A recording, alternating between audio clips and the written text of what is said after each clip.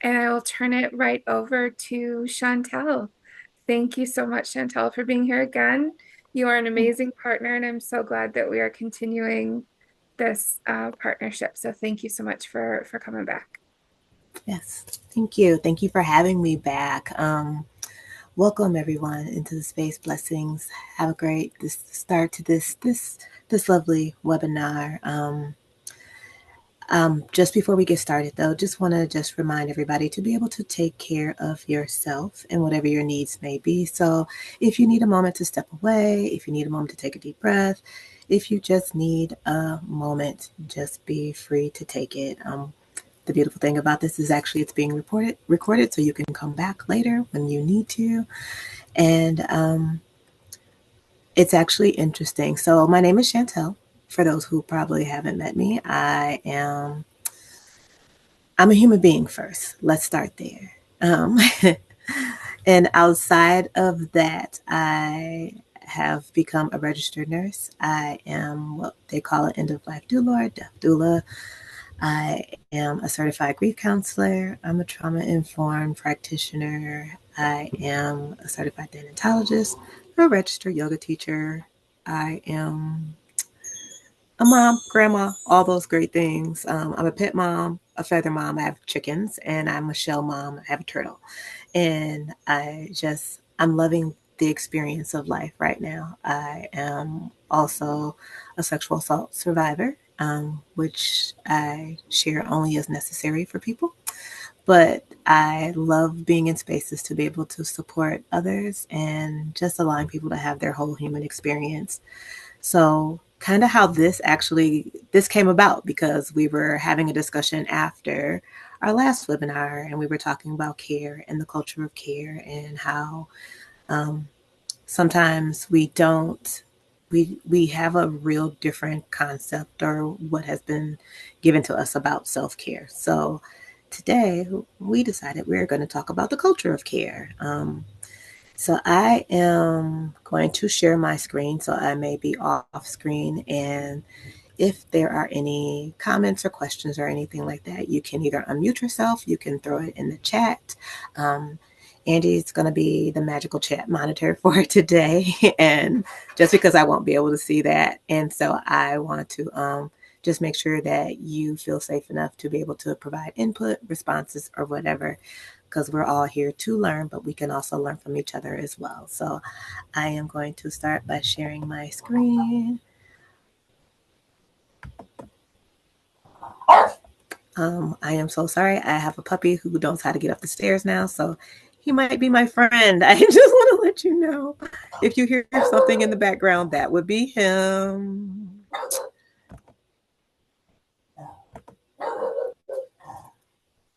All right, so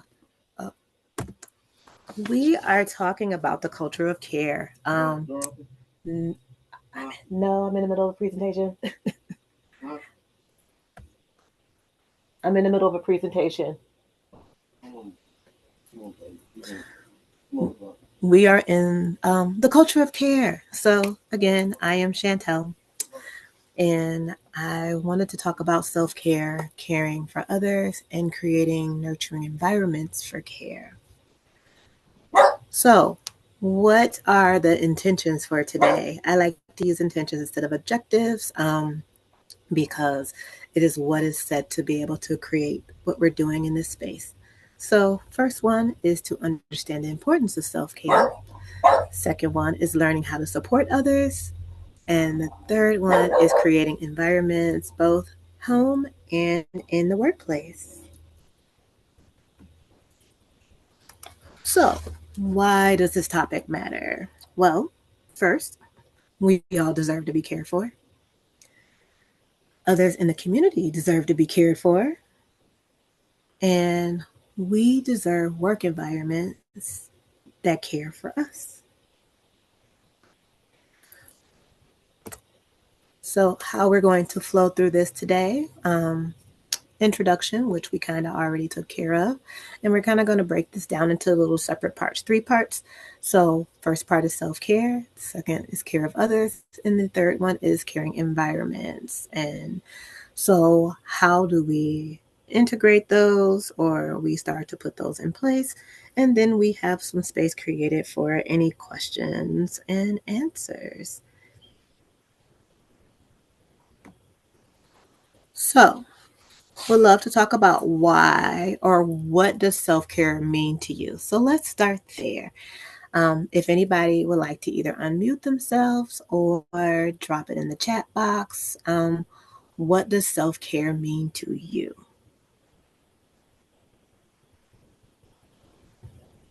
And so while that part is actually happening, what I will do is when we look at a definition of what self-care is, so self-care is any activity that we do deliberately or intentionally to take care of our mental, emotional, or physical health.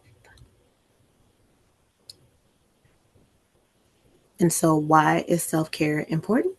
It's important because it helps us prevent burnout, it reduces stress, and it enhances our overall well being.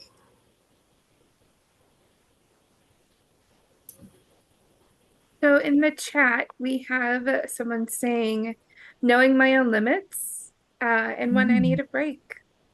Absolutely amazing. Yes, yes, yes. Well, folks are typing, Chantel, there's a little menu that we see on the screen. It says app.zoom.us is sharing your screen. What if you hit hide, maybe? Perfect. Haha, magic. Yay. Yes, thank you. So, yes, self care. And I sometimes I get very kind of like sarcastic when I see the word or hear the word self care, and that really is because it's like a term that's being thrown around like, okay, guess what? How are you doing? Fine. And so the intention of what we do, how we do it, and who supports us with it seems to not be as in place as it is actually used as a term, but actually put into action. So I typically repeat myself when I'm like self-care, self-care, self-care, self-care, self-care, because I kind of feel like that's the way that it's actually applied or intended when we use it, that it's just very surface like. It's not really like, let's really truly get a deep or better understanding of what self-care is and how we just one use it within ourselves, use it within our communities, and how employers and even ourselves can put that into our environment. So, not just in the workplace, but how we do that at home as well. So, I don't know if there's any more comments that have dropped in about what self care means to you. So far, not yet. Okay, so we are going to just move forward. And so, common myths about self care. Very interesting. And it's sometimes it's just so simple because it's almost not even just a common myth, but a common theme when self-care is being introduced into a space. So meaning like self-care is selfish. We come from a culture who sets the intention of having care be about other people, but not about us. So it makes it very the idea or the concept that it is selfish. It's selfish that we put ourselves first, or just the understanding of using the term putting ourselves first means that anything else comes less after or after, further behind, or putting it back. If you have to number it like one, and any number that comes after that is below it. So it's not necessarily a way to look at that, be it that if you put yourself first, that means that you become the priority in the other things that are priorities for you. So that can be how they talk about when you're on the airplane and when there's the stress and things are happening. What do you have to do first? You have to put on your oxygen mask before you put on someone else's or being able to help other people. So we know what they're saying in that space is that in order for us to be able to do what we need for others, we have to start with ourselves first. The other myth that happens with that is self-care is only about luxury and pampering. So it's like if you don't have the financial resources, you cannot participate in self-care.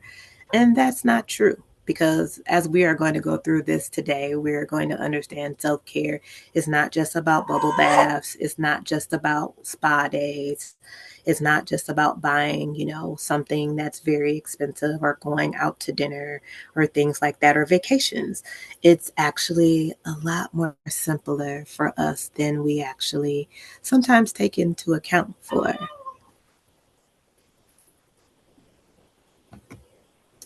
So, when we look at self care, we're looking at those different areas. So, then there's the physical, emotional, and there's mental.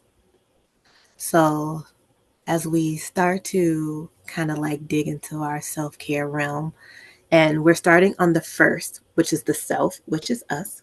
So, physical self care comes in a couple different areas. One, nutrition. So, when we think about self care in a form of nutrition, that could be eating a balanced diet. So, what we put into our bodies, when we look at nutrition as a form of fuel, you look at what do I need to be able to fuel my body? Is that fruits and vegetables? Is that water? Those types of nourishments. Now, I am a realist when it comes down to things. So, balanced is more of a realistic than to say, I'm only eating fruits and vegetables, I'm only eating salads, and I'm just going to do all the healthy things. Sometimes we like a donut. Sometimes we like cake, ice creams, cookies, chips, things like that. Not saying that you can't have those things. Definitely saying creating a balance of having some things that will create some nourishment for our bodies, because cookies, cakes, ice cream, not necessarily giving us the good caloric nourishment, but it sometimes gives us emotional nourishment. So, looking at it from that aspect. But if we have not, we can have an opportunity to add. We look at exercise. Exercise is choosing an activity you actually enjoy. So that doesn't necessarily mean a boot camp. It doesn't mean CrossFit. Doesn't mean HIIT workouts or things like that, where there's these super strenuous activities. It could actually mean something that you enjoy, like walking, yoga, running, biking, hiking, dancing. Like the list can go on when we talk about exercise. So you don't have to exclude yourself when we think about exercise. That, like I said, it doesn't have to be anything strenuous. It's just a physical activity that we actually can participate in that gives us not just physical endurance, but it helps build up our emotional and our mental endurance as well. So, and how you actually implement exercise, that doesn't mean you have to do a 45-minute or an hour workout. This could actually be something like, I'm going to take 10 minutes on my lunch break and I'm going to go for a walk. Or I am going to start my morning with 10 minutes of actual activity, and then I will begin and continue with the rest of my day. I can take 10, 15 minutes and do yoga before I go to bed. Or I could just be in the house and throw on a couple of my favorite songs and dance in the middle of the room. So being creative about those things as well, kind of like what I mentioned about with nutrition, you don't have to put things into a box and say they're all or nothing type of thing. You allow yourself to be creative and tap into whatever you need for that level of activity. So for sleep, sleep sometimes is a big challenge. And when we're looking at self care or we're looking at how we care for ourselves, sometimes the experiences that we've had, and especially when it comes down to traumatic experiences, sometimes interrupts something such as sleep. So when you're looking at what we do for sleep, it's sometimes also creating that creativity and not just sometimes quality versus quantity. we have a structure where people are like, you need to get at least 8 to 10 hours of sleep a night. And it's just like, okay, I'm a 5 hour sleep person. And I'm okay with 5 hours worth of sleep. My body has adapted to 5 hours worth of sleep. What quality looks like to me is not having as many interrupted sleep cycles. So that means that I'm not waking up 5 times out of the night. Like maybe that means that I'm working on trying to only wake up twice. And just to say, out of accomplishment at this point, that is where I am. I would normally wake up probably about 5 to 6 times at night, and now I am pretty much up to 2 times, and I am very grateful for that and excited about that. And so, creating a restful bedtime routine. So, that could be something as saying, I'm choosing a time in which I will go to bed. And going to bed doesn't necessarily always mean going to sleep right away. It's a process. So, going to bed, if you're saying, I'm going to start by going to bed at, if normally you're going to bed at 11 o'clock, say, well, I'm going to try to go to bed at 10 tonight, and starting that transition of going to bed at 10 o'clock. Then you can start to create what that looks like. What does that transition look like when you are, if you're done eating dinner, if you're coming home from work and then you eat dinner and then you might have a physical activity or you might watch a TV show or whatever that actually may be, and you start your transition. Your transition typically is something that changes you from one activity to the next.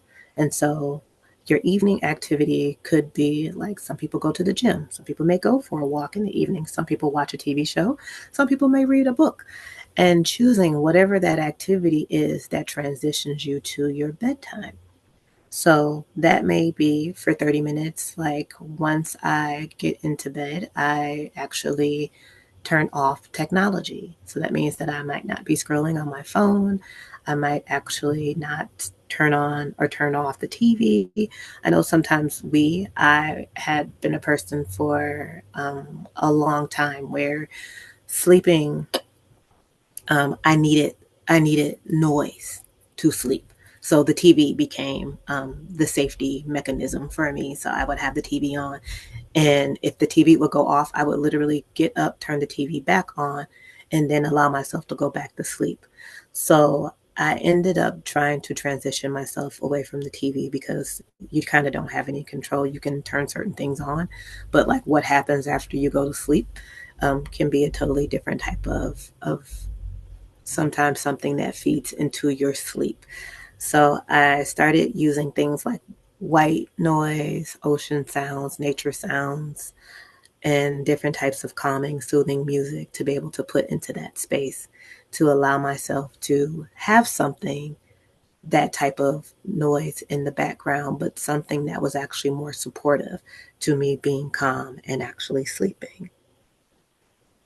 So I don't know if anyone has any feedback or any ideas, anything like that, that you consider when you look at the physical form of self care.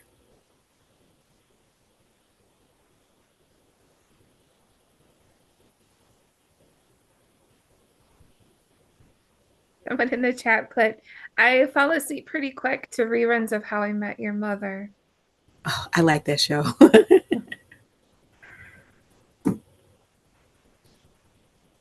Well, So, while people are typing, I fall asleep to audiobooks. those are like the game changer in my life. Audiobooks right now. I have been doing audiobooks with the morning walks with my dog. And I actually have paper books too, but they allow me to actually move through like Mhm. to get through them. Then, because sometimes I don't always have the stillness time to sit down with the Sure. book, but I can enjoy it while moving. Has been a total game changer in my life, and I have been enjoying a lot of books that I have had on my shelf that I have actually been able to get through. Thank you, Audible. Right.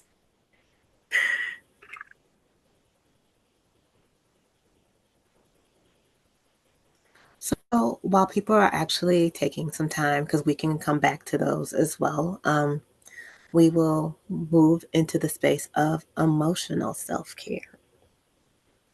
And so, emotional self care can be like any type of activity that helps manage and process your emotions. So, just put a couple of examples of different types of emotional self care that we can participate in. One of my favorites is journaling. And journaling, when I share journaling with people, I typically I sometimes think that we have this concept of journaling. It's like you start with like put the date and the time, and then there's this long, thought process of you're writing these entries in at a time. And sometimes if we think that way, we think that we also don't have time to access something as beneficial as journaling. I tell people you start by just sometimes you write a date, you write down, I'm feeling this, I'm grateful for this. Today, I am going to do this. The end. Nothing else. You don't have to feel the pressure of feeling like you have to fill up the pages. It's more of the activity, and the activity with the intention of sometimes we have thoughts that are in our heads. And the thoughts in our heads, we sometimes don't feel comfortable or safe removing those thoughts and sharing them with people. So instead of keeping those thoughts, feelings, emotions in our head, feeling that we don't have a comfortable or safe place to be able to share them with people, that journal becomes the safe place. It becomes the space of understanding. It becomes the space of non judgment. And it allows you to safely make those thoughts find a landing space from inside to outside, because sometimes when we keep thoughts inside, emotions and feelings inside, they tend to turn into little toddlers hopped up on sugar on the inside of our bodies. And they are looking for spaces to go and get out. And if we don't have a nice way to navigate them to a nice landing space, how they get out um, sometimes can be with words or behaviors that we necessarily don't always intend for them to come out a certain way, but they needed a way to get out. So being able to journal and giving that journal, that's it's the journal's responsibility for you is the safe place, a protective place to have your emotions and feelings to land. So looking at like it's exploring feelings. So what you may be thinking, the feelings you may be having and not really sure, but I think this is what I'm feeling, but I'm not really 100% sure. And giving that journal that safe space for them to land, that comfortable space for you to be able to talk about it in a written form is a wonderful way to be able to do that. And also reducing those emotional burdens. So we may be thinking about something continuously. We may have feelings about something continuously, but being able to, again, the journal being your safe, comfortable landing space, to be able to move those things from the inside to the outside, and knowing that you allow yourself having a safe space. So, safe spaces don't always include people, they can include items like a journal.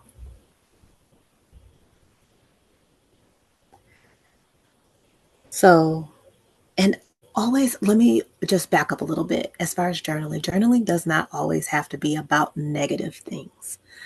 Journals can also hold space for those wonderful thoughts that you have, and it's something you learned about yourself today, something you might have shared with someone, and realizing how they received that.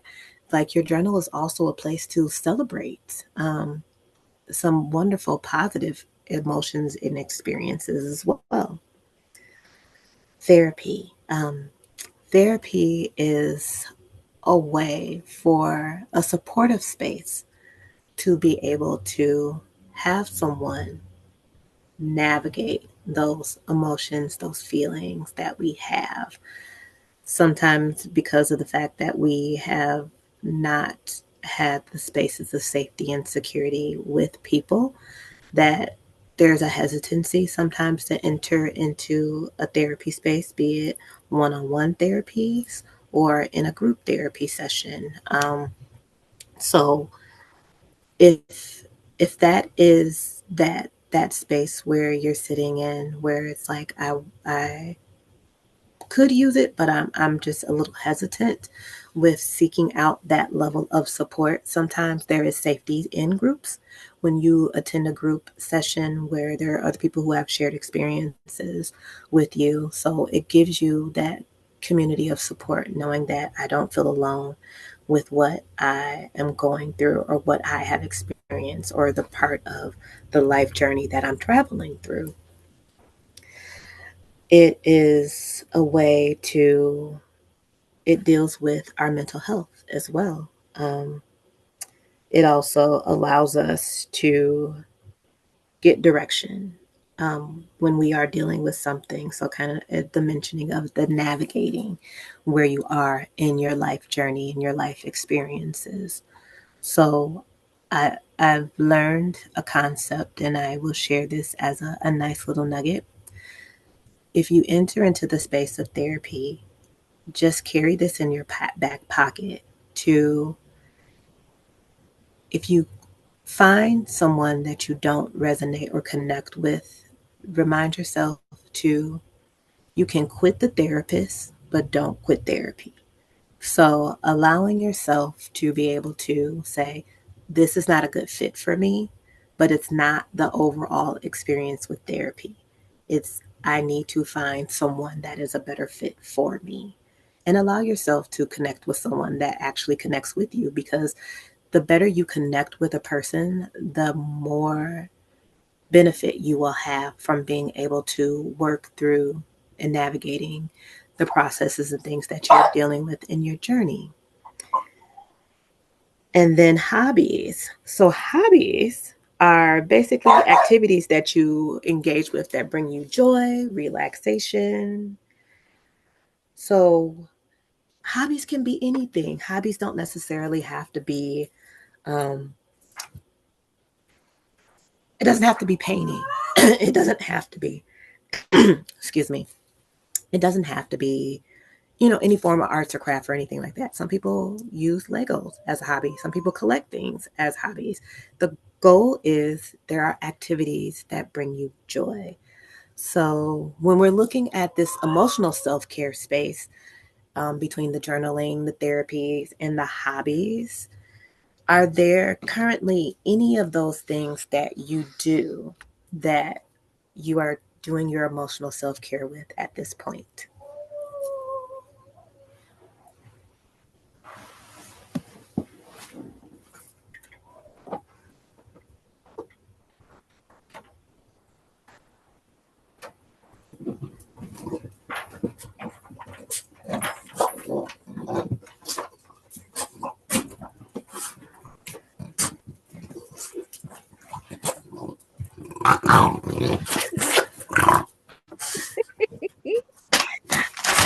I am so sorry. As you may have realized, I have let my lovely puppy, which I will be more than happy to show you him after we are done with this. So, while he's getting settled in, we're going to move on to our mental self care. We do have something in the chat. Oh, please share. Someone was talking about how they like to garden, swimming, crocheting, baking, family history. Beautiful. I like that. I like that. I One of my hobbies is, I do like gardening. Um, right now, I do, I do, I listen to music. I like listening to music. I also like, there's a YouTube page that I follow. It's a gentleman who, they are stories of people who have been victims to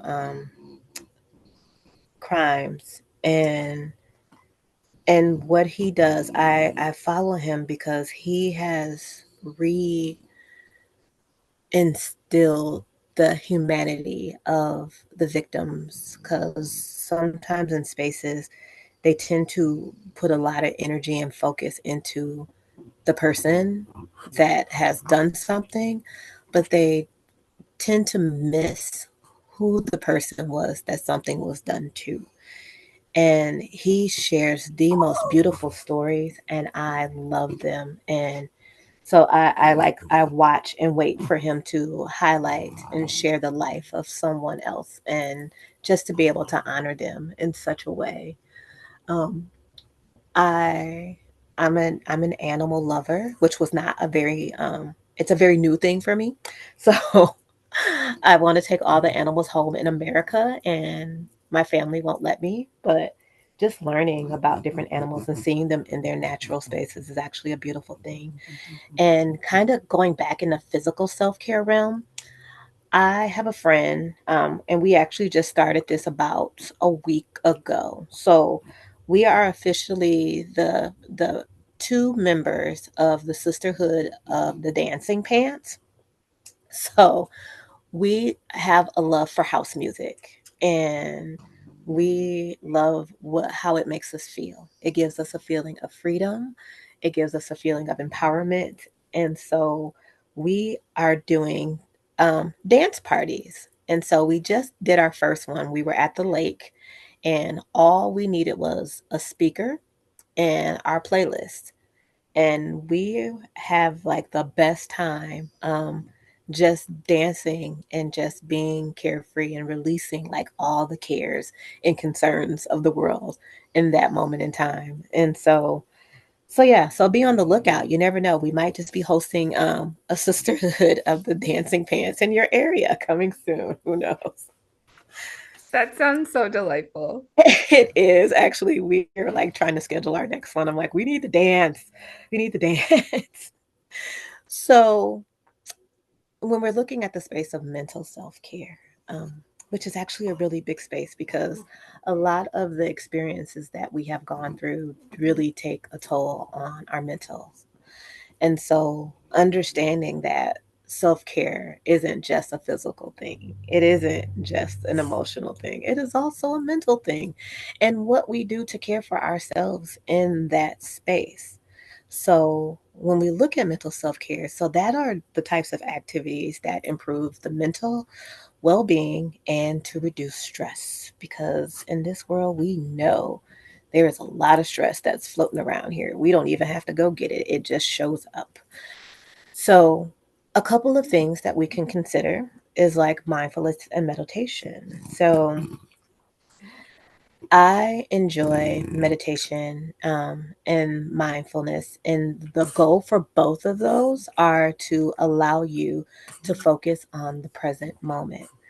Sometimes when we think of meditation, we think of the cues of like having to be still and for hours or minutes at a time. And I'm like, meditation can be a walking meditation. Meditation can be washing dishes for someone. Meditation can be, I think, kind of like when we go into our dance parties, is like a form of meditation. It allows us to be present in that moment and really truly enjoying, what we're doing at that time. Nothing else matters but just being right there in that state of being. So, like, mindfulness is basically, it's like focusing on the present moment without judgment.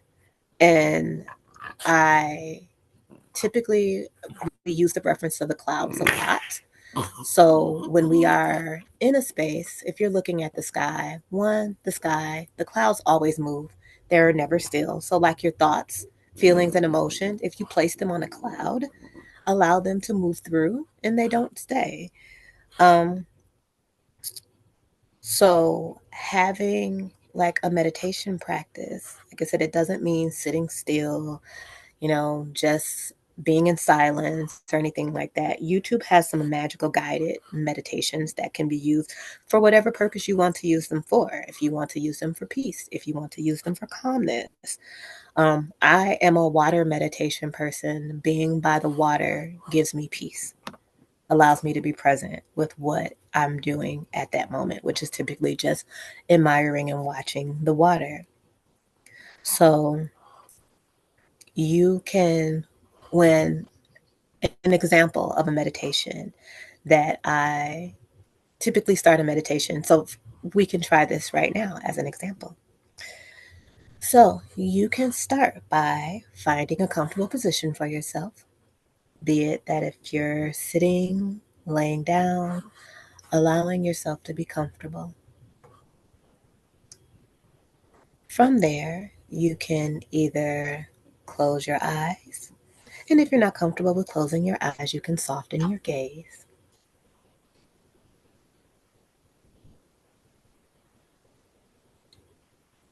And as we come into this present moment, visualize yourself being in a comfortable, natural space. It could be by the river, by the ocean, by the lake, at the beach, in a forest, on a farm.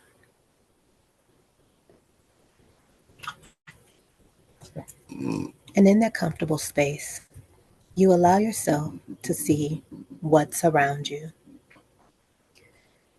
It could be sun, it could be the moon, it could be birds, animals, goats, giraffes, little doggies.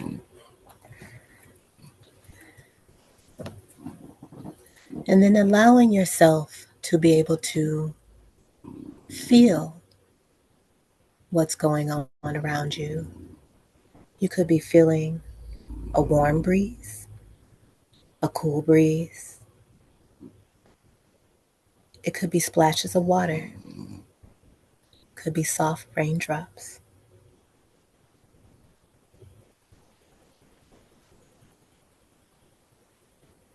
And now allow yourself to hear what is going on around you. Is it the water waves? Is it the trickling of a creek? Is it the birds chirping in the air? Are there cows mooing? Chickens clucking?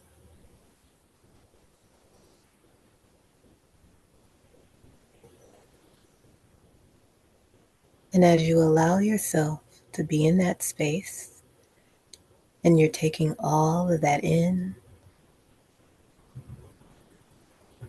pay attention to how you feel in your space. Is it calm? Is it peaceful?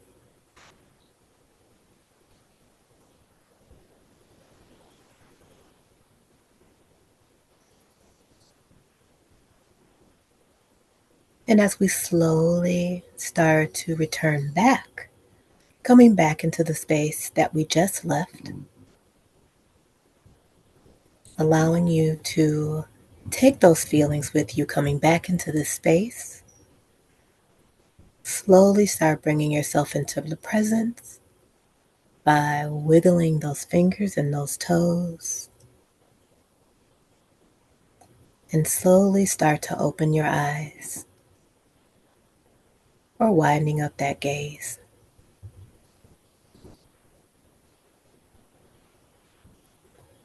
And as I welcome you back to the space. So, meditation can be creative. Meditation doesn't have to require you to be sitting, you could be laying. It can happen in any space that you would like to take that into. And like I said, if you there's wonderful meditations on YouTube. If you have any subscriptions to like a Spotify, Apple, or anything like that, you can also find them on there as well. And so, as we are building our mental self care, we're looking at setting boundaries. Someone mentioned that earlier, and learning how to say no. And I put no in capital letters because no is a complete sentence. No doesn't require an explanation. No is just what it is. And it is okay to be able to set boundaries and not just saying, and it's not just saying no, but it's also saying, what do we say yes to? And being able to determine what that is individually for you. So I was at a retreat and a presenter there said, be mindful of what you say no to, but also keep in mind your net yeses can be expensive. And so also keeping in mind and setting those boundaries around your yeses as well, because what you would like to be able to do, because the whole goal of setting boundaries anyway is to be able to create limits to protect your well-being. Sometimes we misunderstand and think that boundaries is for other people, um, and what they need to do. And actually, the boundaries are actually for us and what we need to do to interact with other people, places, and things. So sometimes it's practicing saying no and not feeling guilty. And truly, it is a practice because no was not the first thing that I was ever comfortable with saying to people. And knowing that now I can say no and there is nothing else to be said. And I don't have to say it. It's not the harsh no type of no. It's just no. I don't have the capacity for that. I mean, if you feel that you have to follow with something, I don't have the energy for that. I don't have the space for that. And then that is the end. And the other building part of mental self care is limiting media. So sometimes media can be very entertaining, but it can be very distressing. It can also be very traumatizing or re traumatizing. So, being able to limit and reduce the amount of content from media platforms that can cause you to be emotionally upset or causing stress for you. So, I like the phrase of creating a healthy medial diet. And so, because normally if you talk about food, I don't want to hear the term diet, but well, in this space, it is something different because it's like, let's reduce the amount of things that can cause us stress, make us upset, and introduce more content that uplifts us, that empowers us, that encourages us, that promotes our well being. So, following certain content creators, following certain pages that I allow myself with social media to scroll until I laugh. And so once I get a good laugh in, then it's time to come off. And it's typically achievable within probably the first maybe 5 minutes or so, but that's because of the people that I follow on the social media pages. And sometimes I do the same thing at night. If I get my last little bit of scroll before I retire for bed, I typically scroll until I laugh, and then I am done for the evening. So when you think about mental self care, how do we look at those different things: mindfulness, meditation, setting boundaries, and limiting media? Um, has that ever been something before that you considered when it came down to self care?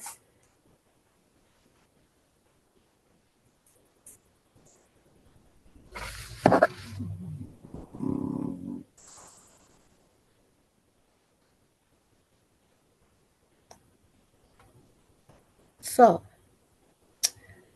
as we kind of go into this moment of our self care part of our lovely webinar, when you think about your self care and recurrent and like on the things that you do currently, um, Do you feel like there's any areas you would like to improve on?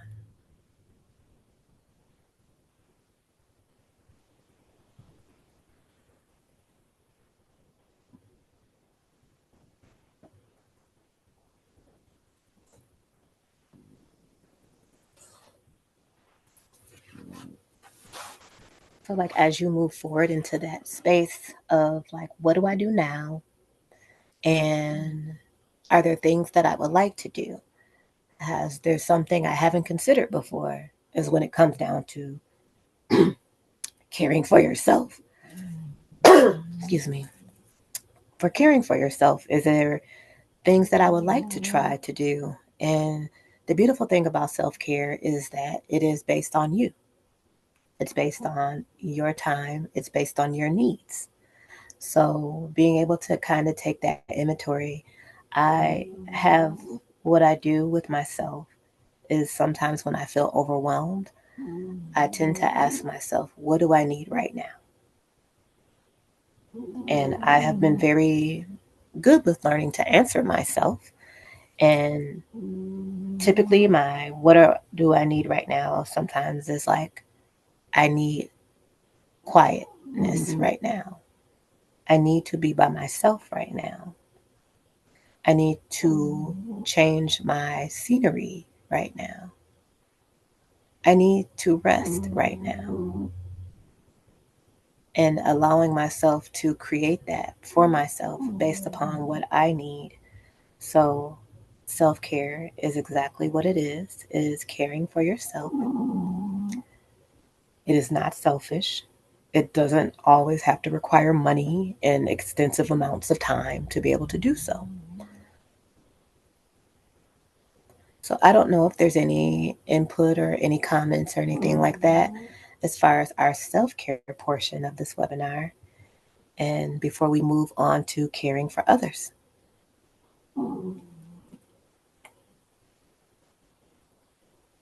So far, there is nothing in the chat at this moment. Oh, Okay. wait. Nope, there is. They were typing. The chat says I stopped using social media and doing great. Started walking, and now instead of social media, I read and listen to music. Oh, yes, yes. Congratulations for that. Um, I also want to kind of plant the seed about self care because we do come from a culture who does not, they say self care, but they don't really encourage and give us spaces to allow us to care for ourselves. It's really important to care for ourselves because how we care for ourselves can play into how we care and show up for others. So allowing yourself to know like you are constantly, you're the vessel um, for other people. So whatever you have for you, you're able to share that with others. So if you're tapped out, if you're exhausted, if you're burnt out, you are typically like sharing the fumes, the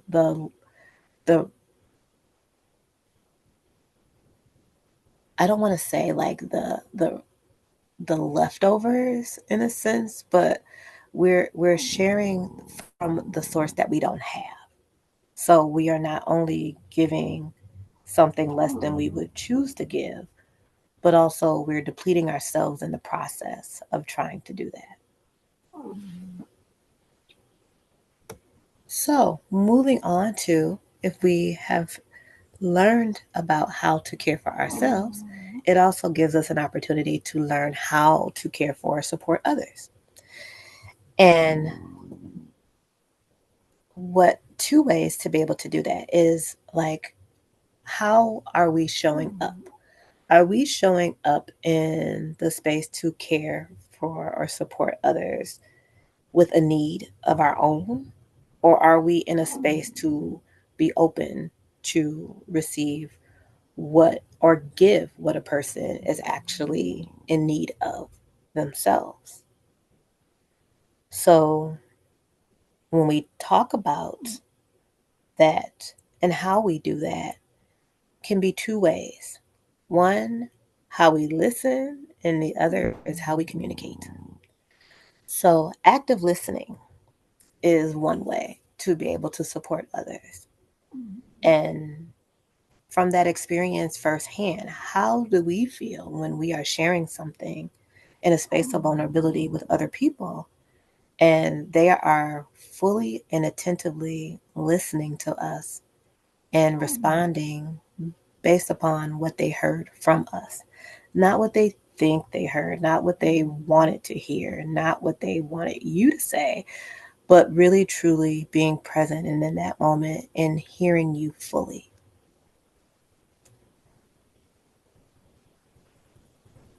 So sometimes active listening is not just what's going on in the what a person is saying, but sometimes how they're saying it. So those nonverbal cues can be also a part, um, as far as like active listening. So if this person is saying, I'm having a really hard time now, and I'm hearing you say you're having a really hard time, can you share with me a little bit more about what you're having a hard time with? And you're creating more of a opening to say, I hear you, and I'm open and I'm willing to hear more. And the other part of that is the communication. So being empathetic. I was just in a workshop early this morning, and they were talking about being sympathetic and empathetic, and how sympathy tends to create a space of feeling pity or feeling sorry for someone. And then as far as empathetic allows you to have compassion and understanding in the conversations that a person is sharing with you. But then we also piggybacked and we talked a little bit about that, about how there is space for sympathy when a person loses someone that they love or something that they love. There is a space for sympathy because that person is going through that experience and you are showing that you care by validating the feelings that they are having because of that. Now, you may not exactly be feeling the same way or bringing yourself into that space, but it does allow you to say, I definitely feel sorry for their feelings of losing that person or that thing. So, with being empathetic with your communication, it says a person saying, I'm really having a hard time right now. And it's saying to them, so I'm understanding you're sharing that you're having a hard time right now. And I can imagine that's very difficult. So I'm definitely here to be able to listen, if you would like to share more about the hard time that you're having. Maybe there's something I can do to support you, or maybe just being here listening to you is available and something you need. But I'm here for you. Again, being present and just open to listening and listening with compassion and listening with understanding for what they're sharing with you.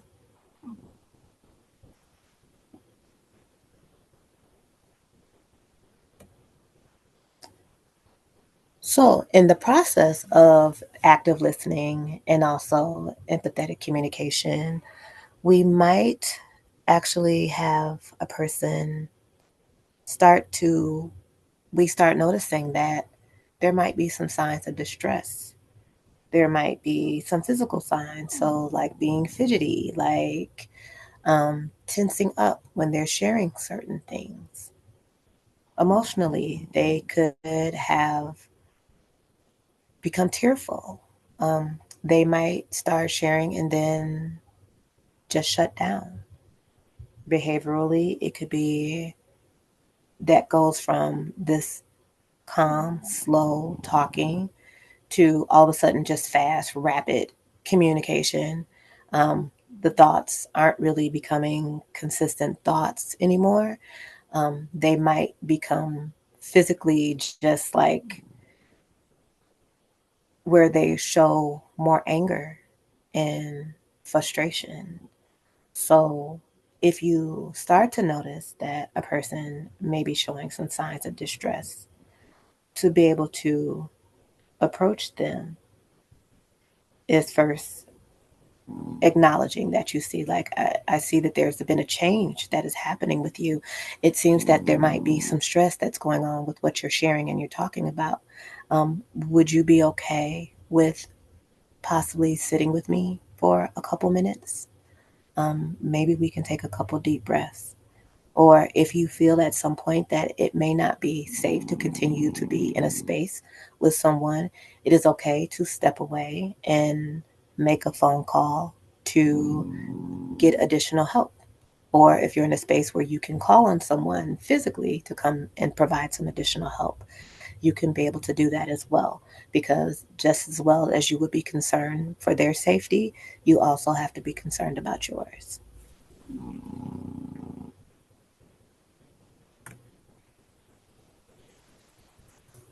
So, within a community and being in a space of caring for others, building trust and safety. So, I think actually going forward, I actually might put this slide in front of our other one because typically, if we're building trust and safety when we are listening and communicating with others, and we already have established that, um, it creates an environment where we are not only just saying that we care, but we are also allowing us to, one, create an opportunity to say we are open to having open communication with sharing with each other. But I am also respecting your confidentiality. So understanding that when you do share something with me, it does not go away from this space unless you give me permission to do so. And also, when we're looking at the respecting the consent and autonomy and care. So it's not just saying, oh, a person is looking like, they're becoming tearful. Like, I'm just going to automatically just wrap my arms around you and give you a hug. It's also asking, you know, do you need a hug right now? Is it okay for me to hug you right now? And if a person says no, that is not a rejection. That is just us allowing a person to have autonomy and giving consent to actually what they need. And sometimes you can just actually ask a person if they have the ability to express that, to say, well, what do you need from me at this time? And allowing them to be able to tell you, like, I just need a person to listen with me. I just need a person to sit with me and just allow me to just vent. I'm not looking for any suggestions or any feedback or anything like that. Like, I come from a space where people constantly are trying to tell me what to do when I share something. I just want a safe space to be able to share what I am feeling and going through right now and just being okay with that. So, we can actually participate in a role playing exercise. And by default, Angie, I'm going to let you be my person, unless anybody in the group would be interested in wanting to participate with this. I can absolutely be your partner. Absolutely. Yeah, yeah, yay. Okay. So, do you want to be the listener communicator, or do you want to be the person that's coming to me to share something? I can be the person coming to you. Okay. So, what I would like for you to do is to be able to share kind of like a situation, that something that could be difficult or challenging or traumatic for you. Sure. Yes, I can. Okay. Okay. And okay, well, we can start now. Hi, Chantel. I really wanted to talk to you. Um, I feel like I am about to lose my job and I'm not sure what to do. Hi, Angie. I'm really sorry. I'm sorry to hear that. So you feel like you're about to lose your job? Is it, do you know that that's about to happen? Can you share with me a little bit more about the feeling that you're having?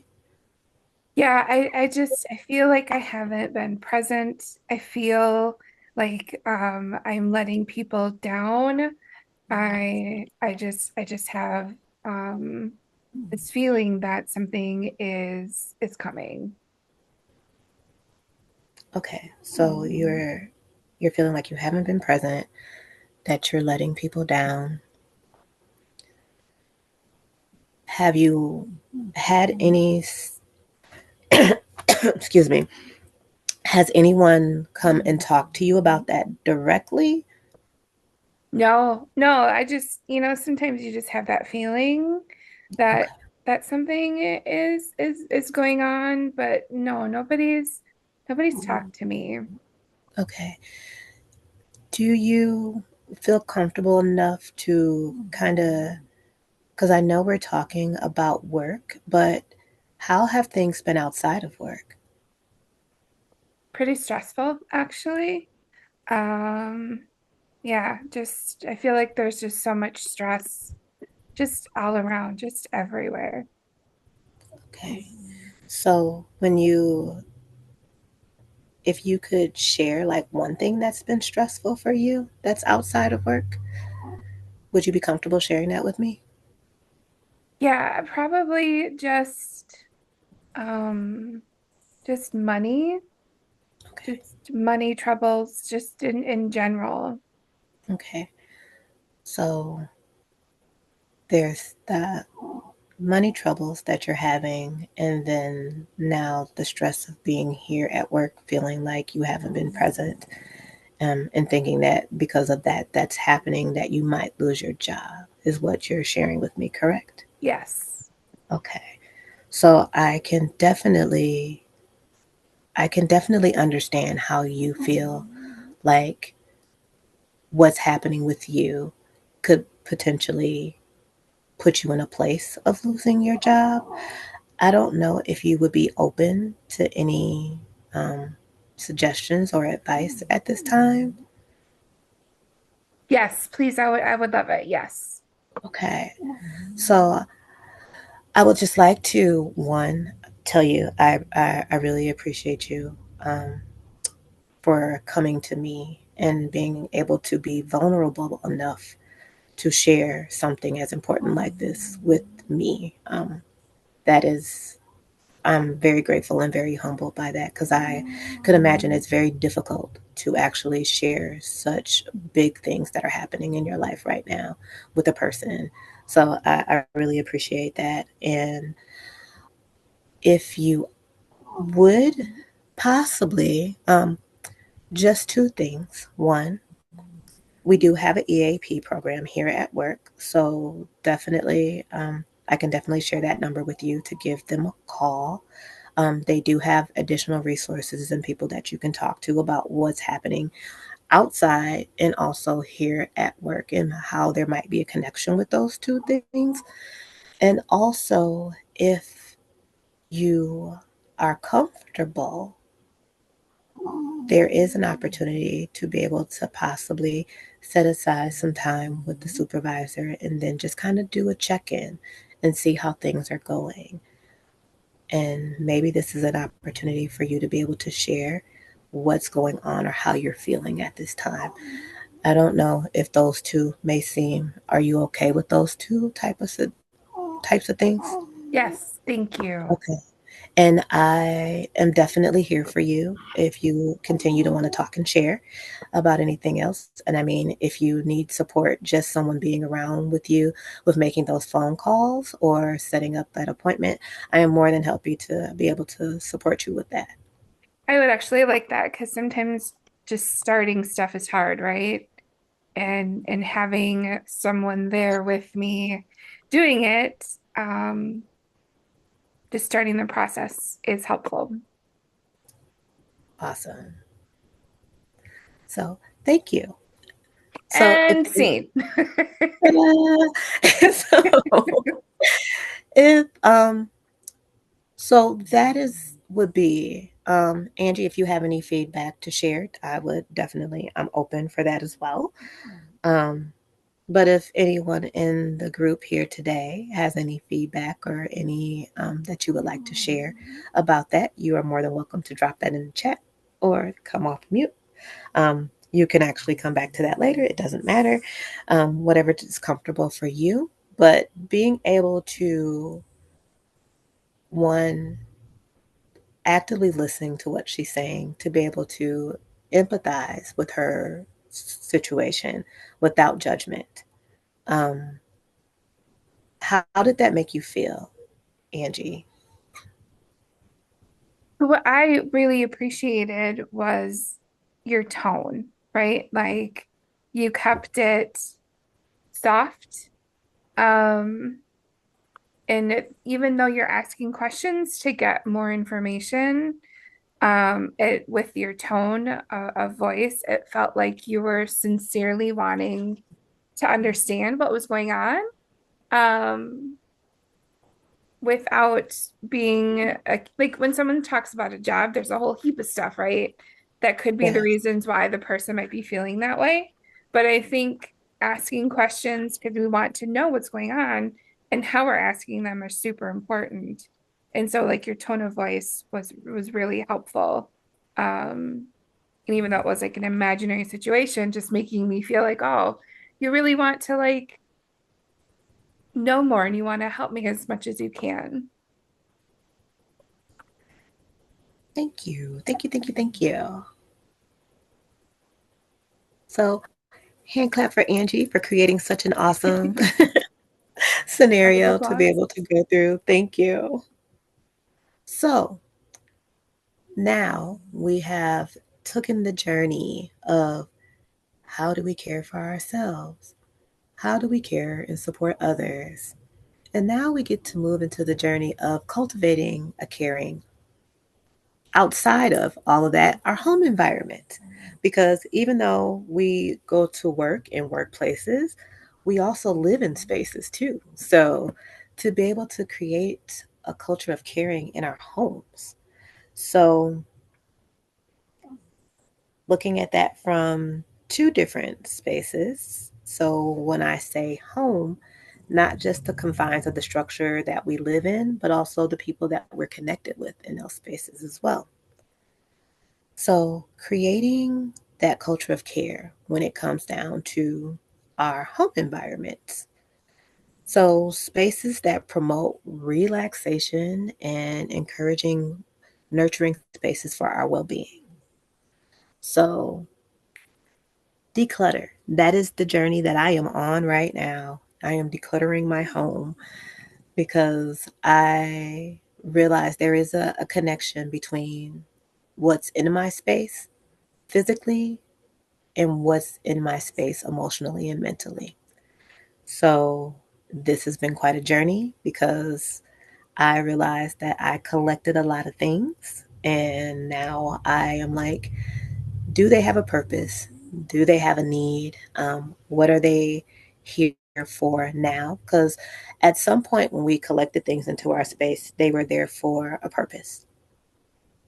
And as we evolve and grow, as we take healing journeys, we tend to need different things in our space for that purpose. So at one point, what we needed for one purpose may not be useful for another. So allowing ourselves to release those things because if it's taking something and tossing it out, if it's taking something and sending it to a Goodwill or another place where someone actually may need what you had for a purpose for their purpose now. So, however you decide that you want to move through your space and declutter, um, understanding that what you had at that time was for a purpose and allowing yourself to release that. And maybe it will go to someone else that they may need it for their purpose now. And Then, once we remove things from our space, what that does is that creates space to be able to add something in our space that we need for our purpose now. So, that may be those lovely calming elements. In my space, I have um, words of affirmation, I have crystals, I have um, a couple of boards that I have affirmations that along my healing journey that I constantly come back to. Um, I have sources of things where I can have like little water fountains inside the house. So, elements that will help nurture your well being and creating a calming atmosphere. I actually have taken out lights, like lamps, out of my room. I have little tap lights because I do like ambient lighting. I don't like brightly lit places because they're overly stimulating for me. So I also put that in spaces that I work as well because I it helps nurture a calming energy for me. I use aromatherapy in my spaces. So I'm a lavender at night, but also a lemongrass during the day because it's a very uplifting scent for me. So a lot of those different things that you can use to create a nurturing, safe space for you. So that can also mean music, like the types of music that you listen to. If there's a TV, I don't have a TV in my bedroom. But like what you use to create the space to create a loving, nurturing, caring environment for you. And then looking at supportive relationships. So, supportive relationships are with those that provide you encouragement and emotional and mental support, also can be physical support. So that could be like a person who could be a wonderful hiking or walking buddy or a biking buddy that you go and you share time with. It could be some type of activity that you like to do with your family or friends and saying, oh, it's Friday. Let's, go and watch a movie together or come over. Or we swap out houses to go over to each other and we have a dinner and a movie together. We might have a game night. We might decide we might want to meet on a hiking trail or a biking trail, or let's just go by the water and have a picnic. Um, but having people that allow you to feel vulnerable, safe, but also nourish you through encouragement and just being able to have spaces that provide emotional support to your well being.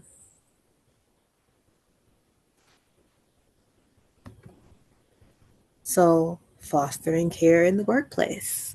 So, hopefully we have some people in our space that also creates those environments in workplaces. If not, maybe we have a couple of tips or tools that we can share with those so they can encourage and develop spaces that will create an environment for care for the people that work there. One big thing, mental health policies. We are in a space and a time right now where mental health is really a big focus.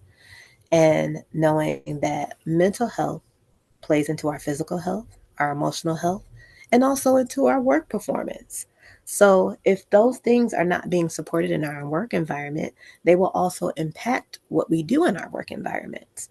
So, would we love to see things like flexible work hours or flexible workplaces where we could possibly do a hybrid of working from home if that is reasonable, or have days that we actually come into the office and days that we choose to work from home? I know an organization that actually has mental health days that are built into their work days, and they are allowed to use them. And what was very interesting is because sometimes people may feel like, well, if we give them, then people may use them to the level of abusing them. But what I've learned from this organization that people don't. And they use them when they're absolutely necessary.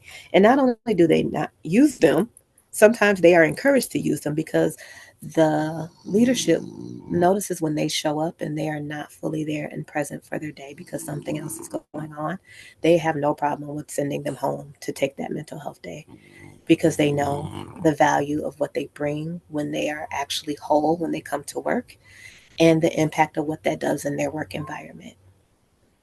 Another option is incorporating check ins with your staff because we had a culture what used to be like, well, check in your problems at the door.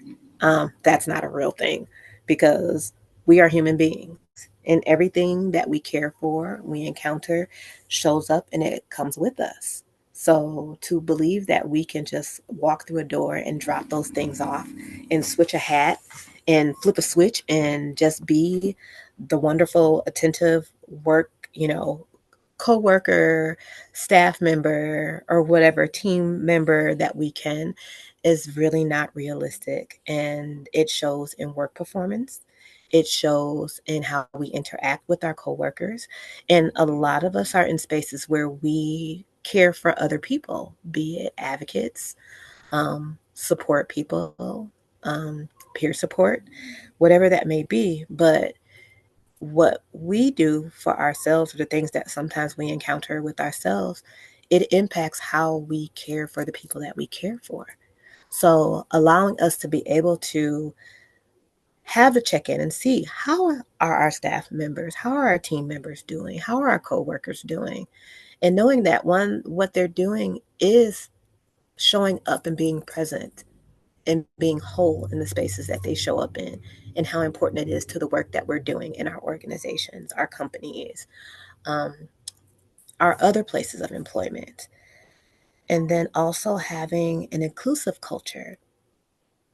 And an inclusive culture is not just saying, oh, we accept people and we do, just because we say that, do we really do that? Do we really embrace a culture that actually, when a person is asked, well, do you have an inclusive culture? They can unapologetically and energetically say yes.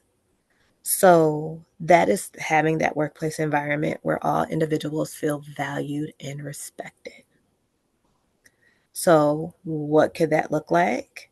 It could be let's offer training on empathy and diversity because we don't always want to believe that because we say it, that everyone knows how to do it. Um, or because there are people that are diverse in our environment that we know about diversity in our environment. So, being able to create a level sharing space of knowledge and learning amongst each other about learning how to be empathetic to each other, learning about that diversity and how diversity also creates more value to our environments. So that could be like creating workshops, or it could be having theme days at work, allowing us to learn about other cultures, a learning of other diverse groups, um, and being able to share how, or even talk about different topics that matter to us. Because sometimes, if we don't come from other cultures or other diverse groups, that we don't always get to see, know, or learn about them, but not to the fact that we're exploiting people. But if we have a day where people say, you know what, I like to share about my culture, I would love to be able to talk about how, it is a value of me being in a diverse group and how that has an impact on our work environment. But being able to encourage and promote opportunities like that. Sometimes not even just saying and sharing, but sometimes how those cultures or those diverse groups, the challenges that they may experience, where it's an opportunity to learn and how we can create environments that allow them to be included and being respected and valued in spaces. So this would be our time to share. As far as what would you like to see in environments of care?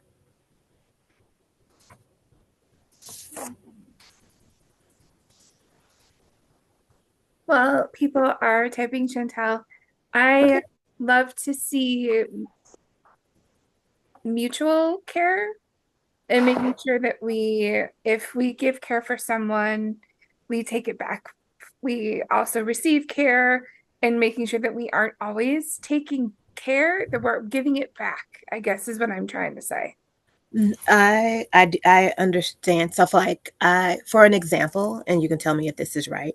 So, I was part of a doula collective, and so because I do support for individuals and families who experience pregnancy and infant loss, what they built into the doulas was that they had services available to us. So we had like a little stipend every month to um, to have access to services to be able to pour back into us because they understood the value and the work that we did was very emotionally it required us emotionally, mentally, and physically. And so they created a stipend for us to be able to use every month. So you can stack it or use it during that month to be able to pour back into you. Yeah, I also was thinking more of like we need to make sure that we're giving and taking at the same time. Like we're not always expecting people to,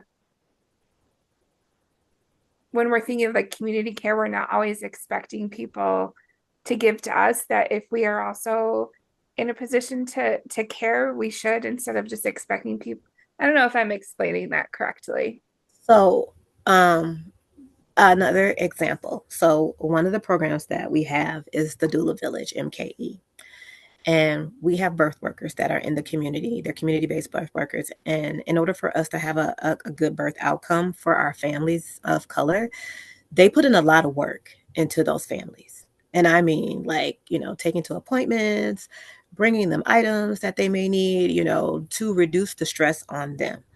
And the question came up with my partner and how we created the Doula Village was who cares for the caregiver? And so it was like, because they're doing so much, it's like, Mhm. how do we nourish them? Because they're nourishing those families to have these wonderful birth outcomes. Because without them, that outcome would have not probably been what it was.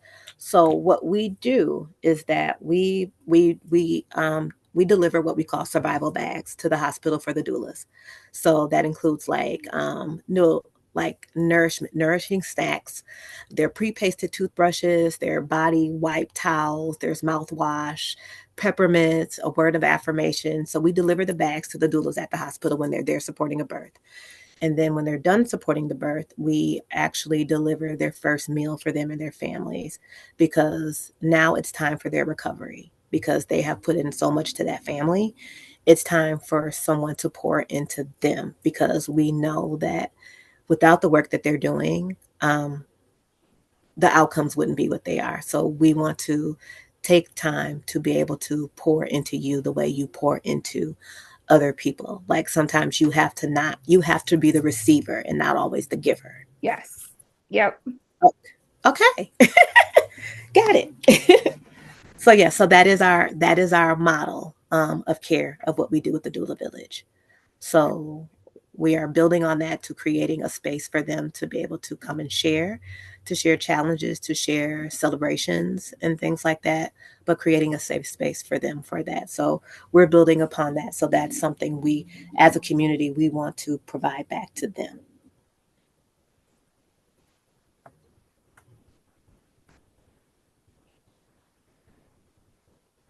And so now that we have taken the journey of learning about self care, caring for ourselves, caring for others, and having environments of care. How do we put all those things together? Through a personal action plan. Why not? So, we, how do we create an action plan for ourselves?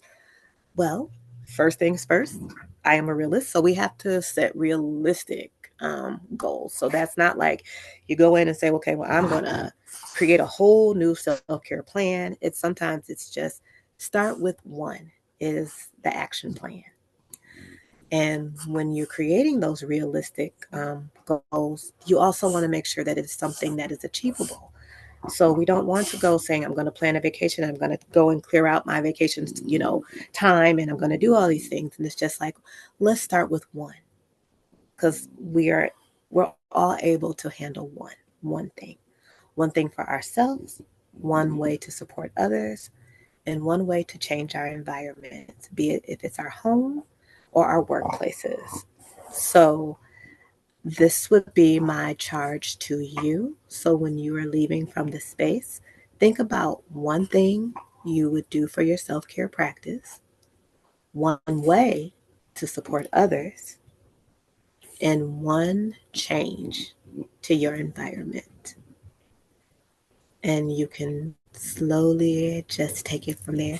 And not only when you put it in place, allow yourself time to see how it feels once you put it in place. So this is not the let's stack as many self-care things possible on a list. It's more of let's see when I do this, how does it make me feel? Is this what I need? Do I need something else? And how can I incorporate that? So you may pick up something that you say, this is what I'm going to do, and realize that that's not really what I need. So allow yourself to put that down and pick up something else. And now we also have a little bit of space for some questions and answers if there are any. And as Angie mentioned before, you also can send questions directly to us if you have any that come, because I feel like when we do any type of webinar presentation, workshops, education, I feel like things need to be digested like a meal. So you just received some information, but you also need time to kind of digest and process that information as well. So questions may not be here right now, but they are something, may come out later and say, gosh, I really either would like a little more information about that, or I might have some input about something that I heard during this webinar today. And you have time to be able to do that. So you can definitely come back into that space and share it with either of us. And so I would like to thank you for sharing your time with me today and being open to taking a journey with me about this lovely culture of care.